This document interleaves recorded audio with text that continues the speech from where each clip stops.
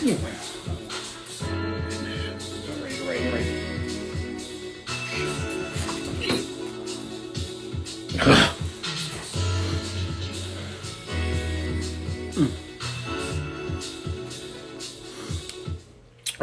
right, ladies and gentlemen, welcome to another episode of Hot Pudge IG Live. I am your host, Pudge Fernandez, with another episode coming to you live from my Queens abode somewhere, anywhere.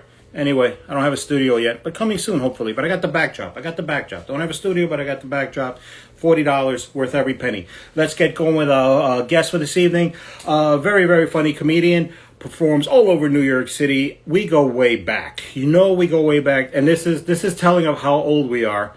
And I'm a little ashamed to say it, but if you remember the Maui Taco open mic, then you definitely remember this comedian. So let's get her on. Warm welcome for Miss Lisa Harmon. Also a Queens native. I think she was born and raised. Was she born and raised in Queens, New York? I know she's a Queens girl. What's up, girl? Hey, how you doing, Pudge? Can you hear me? Yeah, I hear you loud and clear. Great. Just got to get your headshot. Just got to get that headshot. How's that? Got you. I got you. All right. You all right? Yeah. How are you? I'm good. How you doing? Good. Were you born in Queens? I know you lived in Queens this whole time. I grew up in Queens. I was technically born in Brooklyn. Okay. Right across in Ridgewood, like right across where Queens and Brooklyn meet, like by Ridgewood there. All right, the border, Cypress Hill over there, everything. Yeah. Yeah, I got you. Cemetery. Yeah. Yeah. But you're a Queens girl. Yeah, I grew up in Rego Park. I'm living in Woodside now. I lived in Queens my whole life. Yeah, that's what I remember. When I first met you, I was telling everybody Maui Taco is where I remember. Shoot. Yeah, that's how old we are. I know. Oh, my God. The young comedians. My God, that place ain't even there no more. No. For those of you watching, Maui Taco was an actual taco place right next to, what was it? Was it like a block away from the Empire State Building? Or it was under the Empire State Building. It was in the basement of the Empire State Building. It was inside. It was on the block and downstairs. That place was a chain, believe it or not. Really? Yeah, there was somebody at my old job had an expense report, and I saw Maui Tacos in some other state, and I was like, I can't believe there's another Maui Taco. and it was a Hawaiian taco place, if I remember. I don't remember. That's right. I never bought anything. I just went downstairs for the open mic. Oh, you didn't eat all the junk food? Now that's very good of you. I ate every kind of junk that I could get my hands on. I don't recall eating. I just went. I was just focused. I was a young comedian. I just wanted to go on stage. Get my stage time. Oh my God! I know everybody's got to get their stage time. I know. My 5 minutes. BFD. An open mic in a basement Maui Taco. That's correct. It was elevated.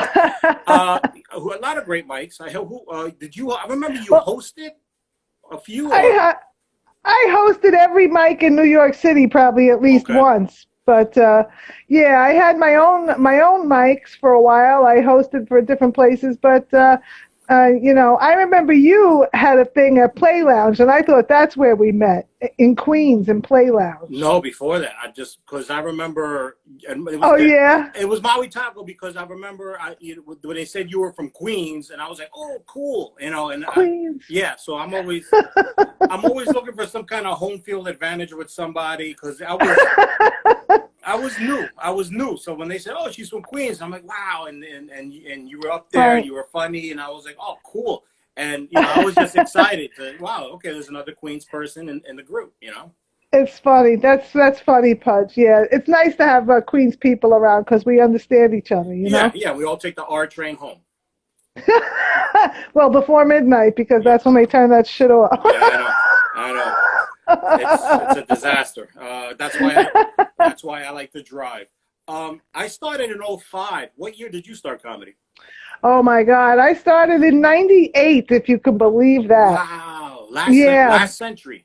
Yes, yes, and I was, and I had a good time from the very beginning doing it, but I really had a great time, and I came up with a lot of, I met a lot of very funny people, and I really had a very good time doing stand-up until COVID. What? And that changed everything. Yeah, the pandemic, and now Corona's in It charge. was fun while it lasted. Like I said, Yeah, Corona's in charge. We're all waiting, and that's correct. yeah. So when did you know you wanted to be a comic? Like everyone has a different story. It's like similar but different. Yeah. What was your story? How did that come It about? was, it was such a goofy thing. I was just looking for something to do, and I saw a stand-up comedy class, if you can believe that. And the person who gave the class really, really encouraged me a lot, and I blame that person entirely for my torture over the last 20 years of trying to be a comedian. Whose class was it? It was Tim Davis. Do you? I recall the Just name. go Yeah, way back. I recall the name. Tim Davis. Yeah, he focused a lot on women comics, and he gave me a lot of good stage time. He was the booker at Stand Up New York at the time. Okay. So the classes were all at Stand Up New York, and we got to host the early shows at Stand Up New York. So it was really very good experience. And back then, when I was hosting the early shows once in a while at Stand Up New York, Patrice O'Neill was there all the time. Wow. So we really had a good time. I mean, when I say that I had a good time doing comedy, I mean I had a good time doing comedy. So Patrice O'Neill did the same mics you did? Well, he wasn't on the mic. He was on the show. He was closing out the show. But I mean, we were hosting these shows, and then we were hanging around, and and we got to see all these people. So it was really a great experience. Comedy always is. His documentary just dropped. Did you see it? No, I didn't see it, but I do want to see it. I haven't seen it yet. Have you? Yes, it was very good. A lot of history. Yeah. And a lot of comics that we know now. There's old video footage when they were young and handsome. Yeah. And some of them were handsome. They were young, handsome, and had hair. And they had hair. Yeah, some of them did have hair, but not today. But it's a lot of cool footage. From back in the day. A lot of memories. He's a New York guy, right? He was always in New York. He didn't come to New York, did he? Yeah, was he always a New York guy? No, he came from Boston. Oh, he was from Boston. I didn't know that. And then he moved down here. Oh, okay. I didn't know that. So he started in Boston, but he his chops were from up here. From here. Okay, yeah. Okay, interesting. So I didn't know that. So wow! So you saw. I mean, we were in a different stratosphere. It's not like I spoke to him or anything. We were in the same room at the same time. I think that was about it. Yeah, well, there's a lot of us when we're crossing paths, and I always tell people comedy is fun. Once you're in the game and you're in it for a good few years, you become 1 degree of separation from everybody. Yeah. From everybody, right. Like I already, everybody, yeah. I'm 1 degree of separation from Seinfeld, from Chappelle, from Kevin Hart, from Gabriel Iglesias, from Louis C.K., from Amy Schumer. Never met any of them. Actually, I did meet Fluffy. I did meet Fluffy once. Very cool. Me too. But I'm 1 degree of separation from all of them. Couple times. Because we have mutual friends, and it's funny how the business works, just like that. I don't know if any other entertainment business. I don't know if anybody, an actor that can say, I'm 1 degree of separation from George Clooney. I don't think it works like that with them. But with us, it does. And it's hilarious. Yeah, definitely. Yeah, Jim Gaffigan used to be around back then. Back at that time, he was always around in Stand Up New York. Yeah. We had one time we were hanging around and Robin Williams just came by. I saw Susie Essman there. I saw a lot of great comics, over the course of doing stand up, Yeah, a lot of great comics, and it's pretty. I didn't learn a damn thing from any of them, but I certainly enjoyed myself. Yeah, rubbing elbows, and sometimes, and just like I remember, Gaffigan came into. We were barking at Broadway at the room. They had this room called the World, and and he came in, and everybody, all the comedians just stopped, and the whole back of the room, and everybody's just watching. And he's doing like 10 minutes on, was it ketchup or bacon? Gaffigan is always a foodie. So I don't know if it was ketchup, bacon, or lettuce, but he was fleshing. You saw him fleshing out this material. We were like, oh, okay, that's how he impressive. Does it. Yeah. So it's like, it was really cool. And and then we rub elbows for a few stars and future stars and friends of ours that have gone on to bigger and better things, and It's the business. Yeah. It's the business. Yeah. And a lot of people don't realize, especially in my family, because I don't know. I don't know if you get it. Why aren't you famous, or why aren't you with them, and stuff like that. I'm like, it's a quirky business. It's not, get online and your turn is next, and hey, now you're a star and on TV. That's true. I don't get that. You know what? I'll tell you exactly what I literally got from my mother. She watched like a Larry the Cable Guy special or something, and she called me up and she said something like, if you don't make it as a comedian, I'm going to break your arm. I mean, that's what I got in my family. So wow, that's from your mother. That's your mother. That's my mom. Wow. She's 4'11", by the way. Wow. So you do not want to mess with her, though. That's her support. But in her defense, she did run up to the stage to get a woman off me one time. Mm. A drunk attacked me at a show. It was like a play attack, or so I thought it was. I don't know. Where was this? And she, New Rochelle. Remember? You remember our good friend? Oh damn! I can't remember. How can her name escape me? Her face is right in front of me. Amy. She moved to Florida. Oh yeah, Amy. Remember Carlson. Amy? Amy Carlson. Yeah. Amy Carlson. That's it. Carlson. I couldn't get it. I'm so old. Yes, she had a room over there in New Rochelle, and I went to do it one night, and the stage was like up a flight of steps, and this woman got mad because I was kind of knocking the locals a little bit. It was hilarious. Anyway, most people were having a good time. She was getting mad, and she clambered. I didn't even think she could get up to the stage. She was so wrecked, And she got her way up to the stage, and she started to go for my neck, and I just figured she's just playing around, like how you ham it up for the cameras. Yeah. I thought she was going to do something like that, and then from the back of this crowded place in New Rochelle, I hear, "Get your hands off my kid!" Not a bouncer, not a barback, not anybody, but my little mom, my tiny little mom, comes running from the back of the place to come up there and get this woman off me. I mean, wow. It was hilarious. Well, that's moms. Moms and their kids. You don't mess with their kids. Yeah. No, okay. So, yeah, she's my, I can shit on my kid, but because it's my kid, nobody else. That's correct. That is correct. I can break her arm, but not nobody else. That's it. Yeah, it's yeah, you guys know. It's a family thing, totally. Oh, wow. So somebody went to choke you, and mom came and fucking. Mom came. Holy shit! I don't have. And that's the first time I realized comedy doesn't have security. Yeah. Comedy clubs don't have security. Why? I've had a lot of stories. I've heard a lot of crazy stories. All I had was bad hecklers. I mean, I think just hecklers and dealing with them, but nothing physical. Nobody threatened me. I don't recall anything like that. Other just bad sets, hecklers, and crappy audiences maybe. I remember a heckler one night at Play Lounge. I'm telling you, you had a packed house at Play Lounge, and this heckler that heckled you that night, Pudge, I'm betting that he's still in therapy over what you did to him that night. I'm telling you, that guy is still going to the shrink over what you did to him that night at Play Lounge. Do you remember that guy? No. You know what? I did have a physical altercation. I'm sorry. I'm glad I could revive that memory for you. You said Play Lounge. Oh, I actually went into a heckler at Play Lounge. Wow, I did. You mean Coke? You remember? I remember his name, Coke. You don't remember that guy?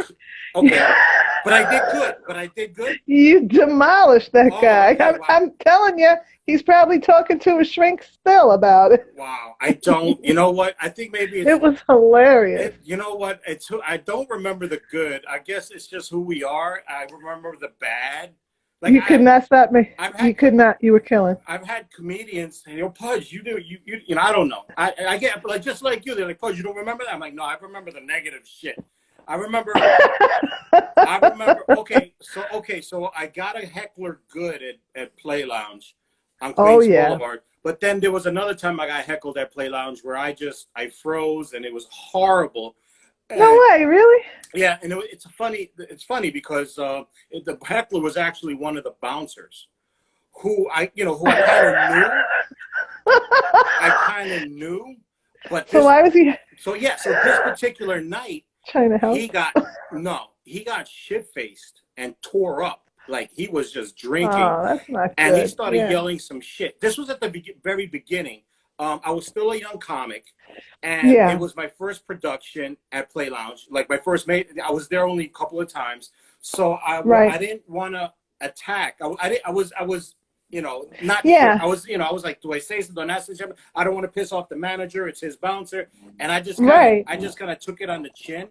But it was one of those horrible attacks at me, like That's terrible. A fat joke, this joke, like he was just spearing it, and I couldn't deal. I didn't know how to deal with it. I was inexperienced. That never happened to you again. I was though. inexperienced. I didn't know. Should I attack? Do I attack? That's what it is. Because I was worried I would piss off the management, the owner. Yeah, that's the second thing. It's not just inexperience. It's also he's part of the club and you don't know exactly where he fits in. He could be the owner's nephew or some shit like that. You don't know anything. Yeah, I didn't have. You're new in the place. It's not your home yet. New place, new time producing, new thing, new everything. So I was just hung out to dry.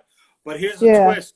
So afterwards, I told the manager I spoke to the manager frankly. I'm like, what the fuck? I was very open with him. I said, what's up with your guy? What the fuck? We're trying to do a show here. I'm trying, this is your business. Right. What the fuck? So I pulled up the manager and I started talking to him. He goes, yo, I'm sorry, Pudge. I'm sorry.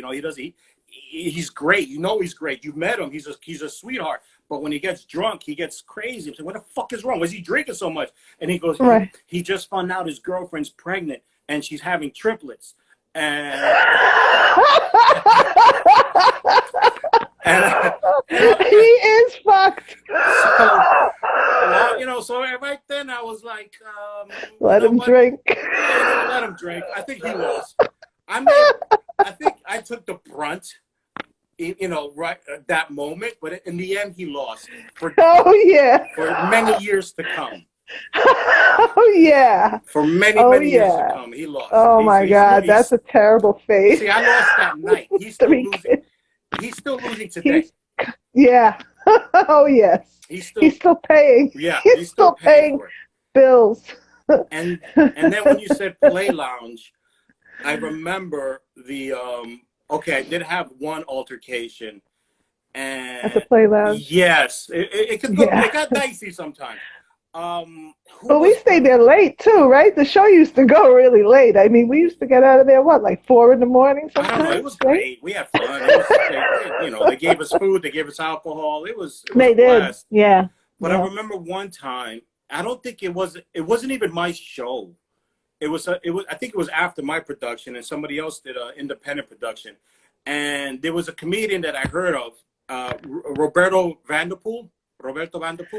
Oh yeah, okay. I know that name, yeah. Yeah. So I've heard his name, and I've heard he was just really in the New York scene. He was in the upper echelon, and he was he was like, ooh, I'm a young comic, and I'm like, ooh, and so he's doing a show there, and I'm like, oh, cool. He's in, he's there, and I want to see him perform. And I don't remember even if I was on the show. I may have been on the show, and there happened to be one of these hecklers, the one who wants to be part of the show. He wants to chime in. The friendly one. Yeah, somebody who, heckler. And so I think they're the worst. Yeah, so I think he chimed in. He was a drive-by chimer. Like he would walk from one end of the showroom to the other, and then squirt something, to the stage. Just I think I remember this. Yeah.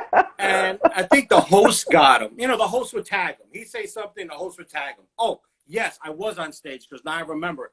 I was like, 1986 called. They want their ponytail back. Because he had a corny ponytail. I'm like, 2000 something. And yes, so I was on the show. And here he comes, a drive-by fucking heckler. Yeah. And then, I hit him. I jabbed him a couple of times. Yeah. No problem. So again, when it comes to hecklers, if we get them and everything's under control, fine, we keep it moving and we finish our material and all is good. So here comes the headliner, Roberto's on. Right. So I'm excited. I'm sitting down. I'm like, oh, cool. Like I'm ready to see him. This is the guy I've heard about. I want to see. and here comes the heckler. And what happened was, I think he heckled, and Roberto got him. But then, and mind you, by the way, I had something to drink, so I've already been drinking a little bit, and my excitement was there. So again, the heckling the comedians handle, right?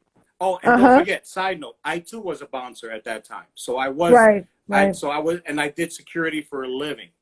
So I have security kind of in my blood, and I've already had a few drinks, and I'm excited to see Roberto, and here comes the heckler. Yeah. But this time, it wasn't such an audio. It wasn't just spurting something. He threw something at the stage. Oh, yeah, that's right. He threw something. There. Yeah, that's right. And I grabbed him by his throat and kind of like one of and just, you know, gingerly. Yeah. And you know, because you're a gentleman. I'm a gentleman. Yeah. I'm a gentleman choker. And I just right into a pool table, and he went flying back, and he's lying. Wow! And then all the bouncers came, and Roberto's on stage. Yeah. He's having a blast. Right. He's calling the play-by-play, and he got taken out. And then I gave Roberto the thumbs up, sat down, and enjoyed the rest of the show. So awesome. yeah, that was probably. And I wasn't even on stage. I was off the stage. But that was the only time, I think. The only time you ever got physical at a show? I'm trying to think. I don't think anybody ever really hurt me at a show, so that's good. No, so yeah, but there's always stories. There's always drunks. There's always heckling. It's just a matter. I hope it works out, you know. Yeah, definitely. Yeah, so far I've been lucky because I got a big mouth. I know this mouth is going to get me in trouble sooner or later. The odds are against me. You know what I mean? I've been coasting along this long. Yeah, and we'll see. And it's still a learning process. Like I don't want them. I don't like hecklers. Don't want them. But it's kind of part of the game, and it's such and I realize it's such a learning process. Like you have to learn. Like if writing a joke isn't difficult enough, and trying to entertain and continue to entertain and write jokes and be funny, and this pressure of being in the moment and entertain. Yeah. Now you have to understand the psyche of a heckler. A lot of people think they know what a heckler comes in many degrees. There's there's levels and degrees and different styles. You know, they're all hecklers, but they could be the interrupting one who like, yeah, that happened to me. And it's like it's very innocent, but you know, if they do it too much, they become a distraction to the crowd. Yeah, definitely. There's the evil one, like the bouncer who just attacked me, and it was like, you know, like that's the worst kind. You know, there's the drunk heckler. And we have to learn their psyche and their level, and then how to return fire accordingly. Yeah. Because if we hit them too hard, if it's a sweet lady and she was just being, you know, oh my God, and she got excited. Oh yeah. And if you hit her too hard, you lose the audience. The crowd will turn on you. Yeah. Right. Yeah. And if you hit them too soft, that's not going to do anything. No. And the audience might look at you as weak. And you know, so it's like that's a whole other art form. I mean, forget about writing jokes and premises, set up punch tags and callbacks and laughs per minute. You're right. Now we got to think about hecklers in the back of our head. Yeah, you're right. But I think that's the key to handling a heckler, you know, and they always, you know, like all stand-up comedy, the key is understanding how the people in the room are feeling, you know, and when you're on a page with them, then they're going to go with what you do. So if they like the heckler, you don't want to bash the heckler, you know. It's tough. And then, but if the heckler is pissing them off, then you can go after the heckler. Right. You know, you got to let the heckler kind of hang themselves a little bit. There's a trick. There's a game. There's a psychology. Like somebody said, just let them talk because they will talk themselves into a punchline for you. Sometimes. Right. They will talk themselves into a stupid moment, and you'll be able to grab and catch it and throw it back out. Yep. That's right. And I remember in Kentucky, again, okay, so I had a group of women, a bachelorette party. That's a whole other heckler where they're interrupting, or they're not. They're talking amongst themselves and becoming a distraction, and then you have to address it. And then my issue, and this is I failed that night, was how do you address it and then come back to the crowd and material? Yeah. Because we're on a road. We're on this road that we're going down, and then we have to veer off to fucking address these people. Then how do you come back? It's like it's such an interest. I'm still learning that skill set. Fucking hard. Annoying. It is hard. Yeah, it is. It's all difficult, but it's, I don't know. I chalk it up to like mostly you got to just really be in tune with what's going on. But you do. See, I'm lazy. I do one-liners. I do them in any order. I really don't, So it might be easier for me in a way to break and talk to people and do other things and then come back because they're just one-liners anyway. So I'm not really in the middle of anything when I want to stop. Okay. So I usually just try to,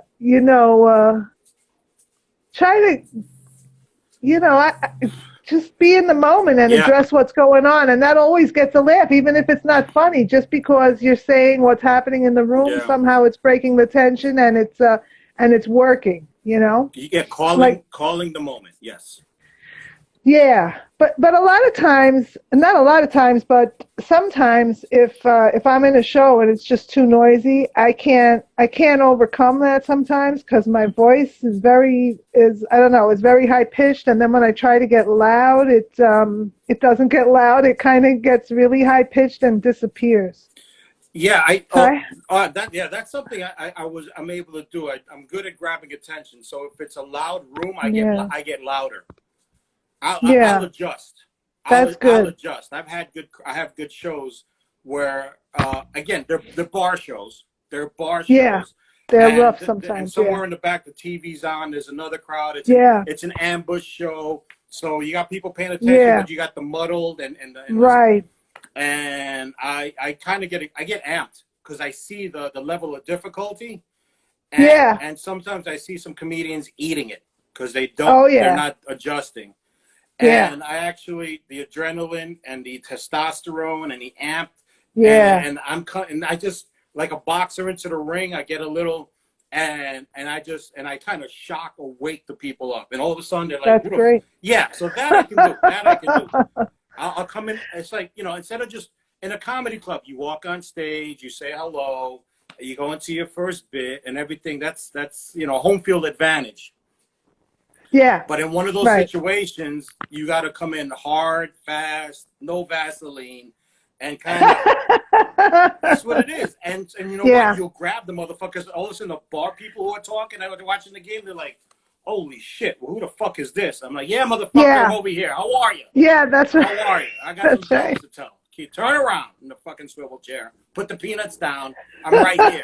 And it's just, so something, it's a hard game. It can go that way sometimes, but a lot of times I can't overcome just the noise level. I went to see, oh damn, I can't remember anybody's name tonight. But anyway, at Jugs and Strokers, I went to see a comedy show, which is a rowdy biker bar, in case you don't know. It's a biker bar in Long Island, and,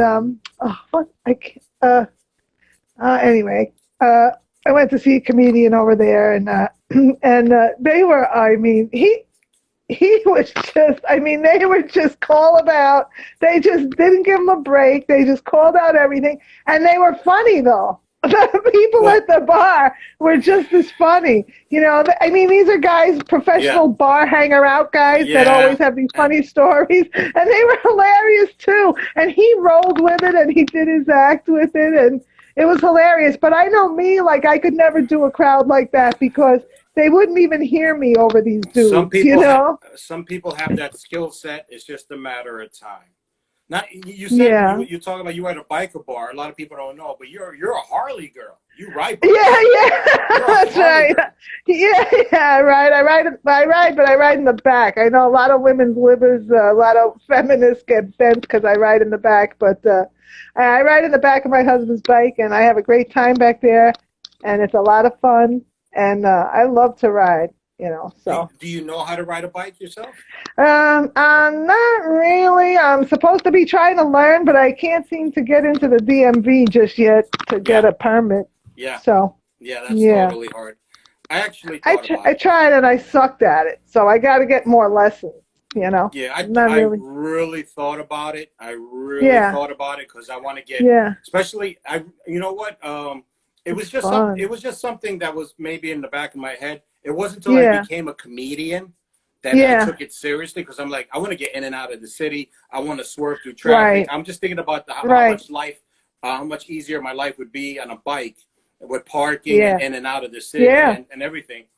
But then it just gets That's true. it gets scary because my friend, going back to Play Lounge, well, the manager was in a biker club. There was a biker club back in the day. My best friend was in that biker club.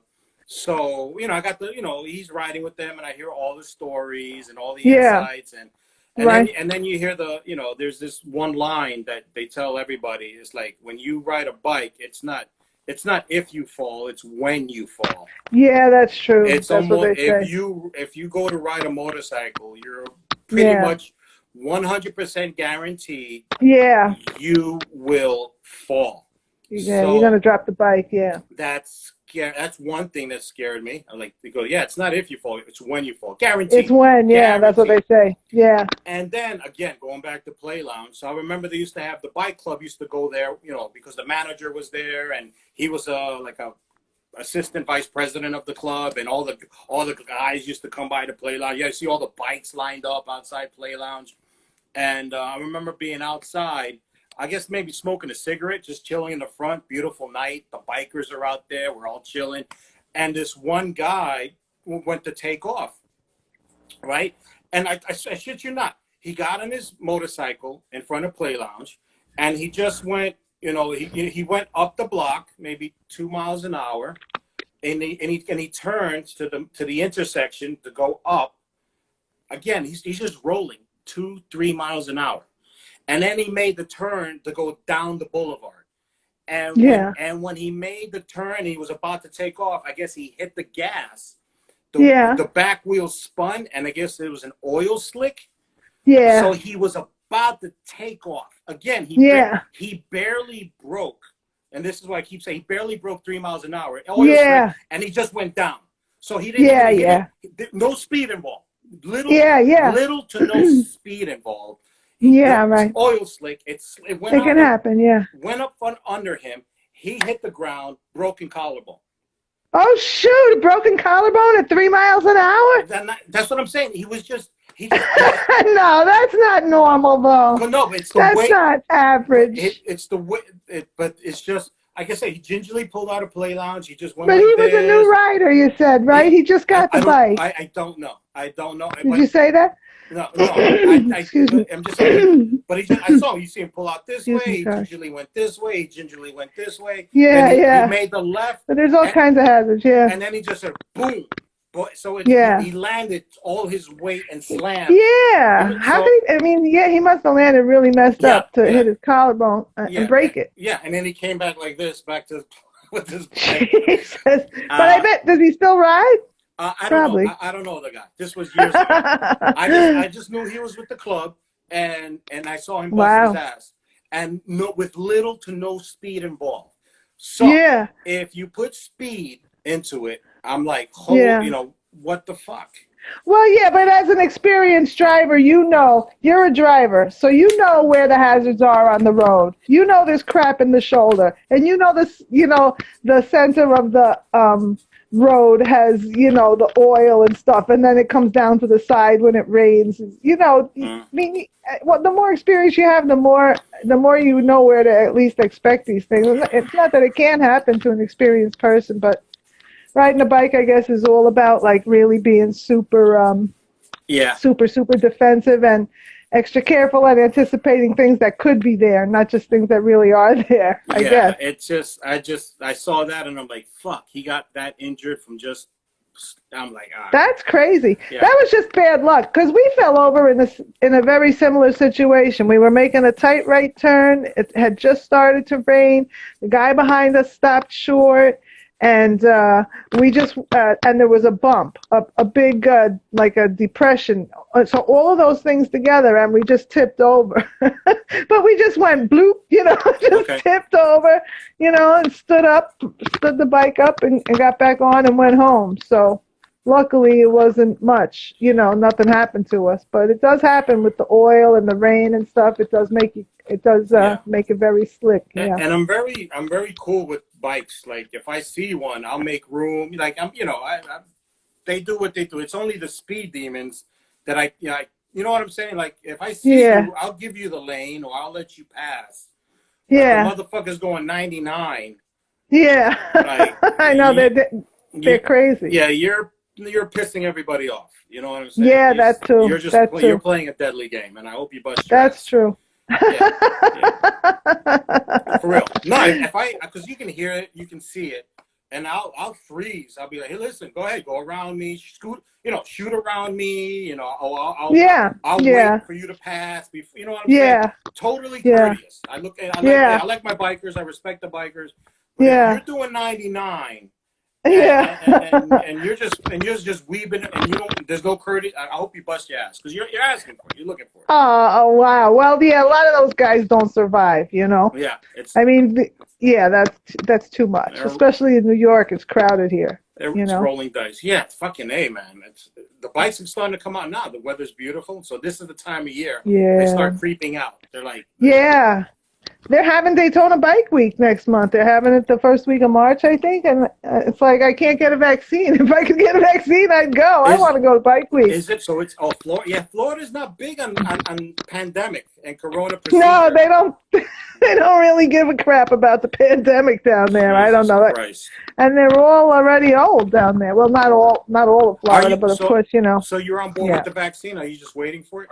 Yeah, I want a vaccine. I don't know why they won't give me a vaccine. They're such, I want a vaccine, but I don't have any underlying conditions, But are you too young? I guess I'm not over 65, so I'm too young. I remember when the COVID first came out, and they're such fat-shaming jerks. I hate fat shamers, and they go, "Oh my God, being overweight is an underlying factor," and I'm like, "So give me my vaccine. Where's my underlying factor?" You know? You should got it. Yeah. I should have got it. Yeah. Because I'm a target too. I was a big time. I qualified. I was 3 out of 4 on the corona hit list. Yeah, because I was I was overweight. Asthmatic and high blood pressure. Okay, high blood pressure does The only thing it wasn't was elderly. But that's coming soon. But you can get it. High blood pressure, you can get it. Yeah. You know what? I haven't been following it. I just, because I'm a veteran, I go to the VA. So I've just been hearing, it started with the 65 and over. And the last I heard, it was 50 and over. So I'm just thinking. Is it 50 and over? Then I qualify. At the VA, it's 50 and at over. The VA. At the VA. So my number's coming up. I mean, I probably could have went in because of my pre-existing conditions, but I've also been a little skeptical. You're trying to wait and see? I want to see the first couple of million guinea pigs go, and I'm watching. I'm calling everybody I know. You get the shot? You're okay? Yeah, right. I'll call you in 90 days. Okay. I'm just checking in with everybody, and so far, so good. So far, so good. I'm the people I know that had it said it was okay. So, yeah, definitely. And because I'm probably going to head down south eventually, and I just want to make sure. Just comedy. I want to. To do some stand-up? Yeah. Just travel and do some stand-up and stuff. And, that sounds good. And and just want to, make sure I'm properly vaccinated and before I go out there. Yeah. It's just a little nerve-wracking.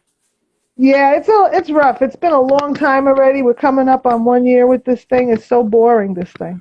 I mean, I'm lucky that, I haven't had worse consequences. I don't mean to say it's boring. I mean, quarantine is boring, but I mean, I guess I've been very lucky in that, nobody in my family got it. And, well, I mean, it's like 4 people in my family. I mean, it's not a big deal. We had a scare. But, we had a scare. Yeah, a couple of people, I think, somebody in Jersey, maybe somebody in Oh. South America, but nothing major. Oh boy. And in my immediate family, there was a scare, but everybody got through it. Oh, that's good. That's And good to hear. Freddie Sheffield says hello. Say hi, Freddie. Freddie Sheffield. Hi, Freddie. Talking about old school. I know he knows Maui Taco. He remembers Maui Taco. He's a Maui Taco. Yeah, that's how old we are. That's how old we That's are. nice to see these guys. Maui Taco. Yeah, that's all right. The older you get, the funnier you get. So I gotta wrap it up. But you know what? Now that I saw Freddie's name, and I have you, it reminded me of a couple of stories, and I always mention it. And the funniest story, what I tell people is when it comes to smoking marijuana, I tell everybody, yeah, the last time I smoked weed was Hurricane Sandy. Oh, that's right. That's right. And it was and you supplied it. Thank you very much. That's right. I'll always help somebody out who needs weed. Really, that's an emergency situation. It was, dude. It was the hurricane, and that's hilarious. First of all, I seldom smoke. Because ever since I was 20, for the past 20 plus years, every job from the military on, I've had to take a piss test. So you get tested. I smoke seldom, rarely, barely. This is how barely I smoke. One time I wanted to, and I didn't know how to roll a joint. And Freddie rolled it. Freddie rolled it for me. Okay. There you go. I met him in the city. I said, Fred, I need a favor. I got a dime bag. Can you roll it up? He goes, I got you. And we went in my truck, and he rolled it up nice and tight. There you go. Me. So he had to roll it Freddie's up. the best. Freddie rolled from Brooklyn. And that was like on my open mic days. And then I remember Hurricane Sandy. Again, the hurricane's coming. It's huge. New York is on lockdown. Wife and the kids are staying at my in-laws, and I'm home alone. And it's like before the pandemic. This was like the first time life stopped. Like I was home alone. I was like, and everything shut down, and I'm like, when was the last? You know what? I can smoke. When was the last time? The last time was with Freddie, and that was like 2 or 3 years before that. Right. And I was like half kidding, but half serious. And I go to Facebook. I said, 911. Who has weed? Yeah. And you responded. And you were like, everybody knows I have weed. And you responded. And I can't deny it. And you were 2 neighborhoods over. You were in Regal Park. I'm in Elmhurst. Sorry. So I'm like, I'm on my way. You give me the address now. And this is the day of the hurricane. The winds are fucking kicking. Trees are falling. There's branches and trees on the street. And I'm driving around bushes and I'm going to your place. Oh, that's right. And I remember that now. Yeah, and the hurricane was already hitting, and I'm driving to your place, and you gave me. Luckily, it was pretty close. It was pretty close. Of course, I hook you up anytime. I give it to you. I roll it for you. Yeah, thank you. Anytime. You always give me plenty of stage time, Pudge. Thanks. Thanks. And you know, even in Beyond Comedy World, you always had my back, even in the real world, and I appreciate it. Oh, no worries. But no, you've always been my good friend, Pudge. Yeah, thanks. Hurricane Sandy, thank you for the opportunity. Thank you for everything. And that was the last time I smoked. So anytime that's sad. That makes me sad, Pudge. I tell everybody. I tell them the story. I say, last time I smoked Hurricane Sandy, Comedy 911, Lisa got me in Regal Park, and it was hilarious. Just you know, a lot of people say the last time they got high was because of me. I don't know, man. I'm getting a reputation. I better watch what the hell I'm doing. But it was a crazy night. Home alone, watching TV and smoking weed. It was hilarious. But thank you so much. Great memories. Great memories. And I hope we got to get out of here. But I hope to see you again soon. I'm trying. Believe me, she's an enabler. Yes, she is. I'm currently trying to find some place to produce.